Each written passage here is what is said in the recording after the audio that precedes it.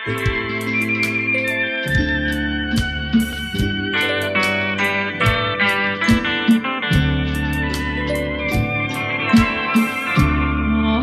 រីស្ងាត់នីមាត់ទន្លេ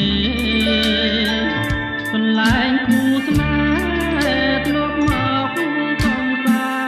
ន្តអរិយត្រីស្ងាត់នីមាត់ទន្លេកន្លែងគូស្នេហ៍ធ្លាប់មកកំសាន្តអង្គុយរៀបរាប់រឿងស្នេហ៍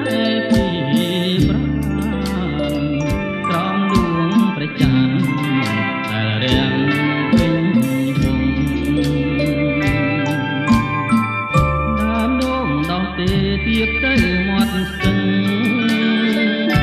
ជាដួងព្រលឹងខ្ញុំនឹងនួនល្អដើមដូងដោះទេទៀតទៅមាត់ស្ទឹងជាដួងព្រលឹងខ្ញុំនឹងនួនល្អដូងទេកុំរេចាំខ្ញុំផងចាំរឿងស្នេហាយន្តត្រជាយកក្លៀងរំវើយក្របងកាយខ្លាចផ្លិតកូននេះថា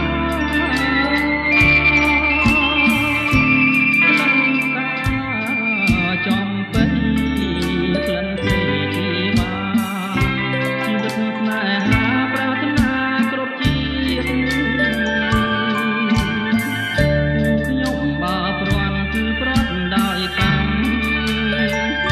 មិនមែនចិត្តនោមឲ្យខ្ញុំក្លៀងក្លៀតខ្ញុំបើព្រាន់គឺប្រត់ដោយកម្មមិនមែនចិត្តនោមឲ្យខ្ញុំ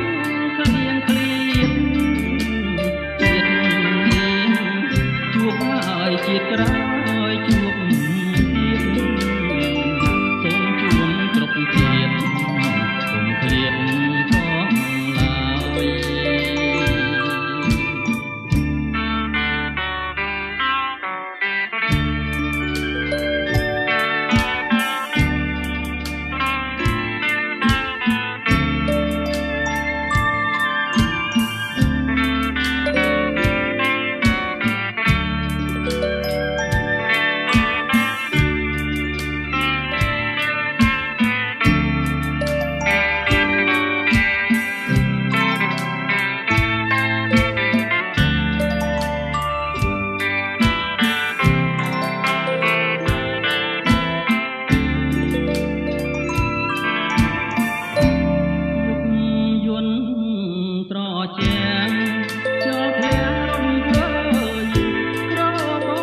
ើយខ្លាចផ្លិនកូននេះថា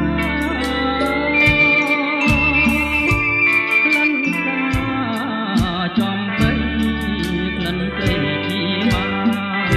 ជីវិតស្នេហាប្រាថ្នាគ្រប់ជាតិខ្ញុំបើព្រាន់គឺប្រត់ដោយកម្មមិនមែនចិត្តនោមឲ្យខ្ញុំក្លៀងក្លៀត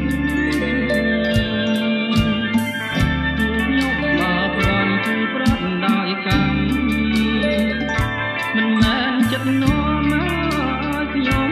ក្លៀងក្លៀតជាតិនេះ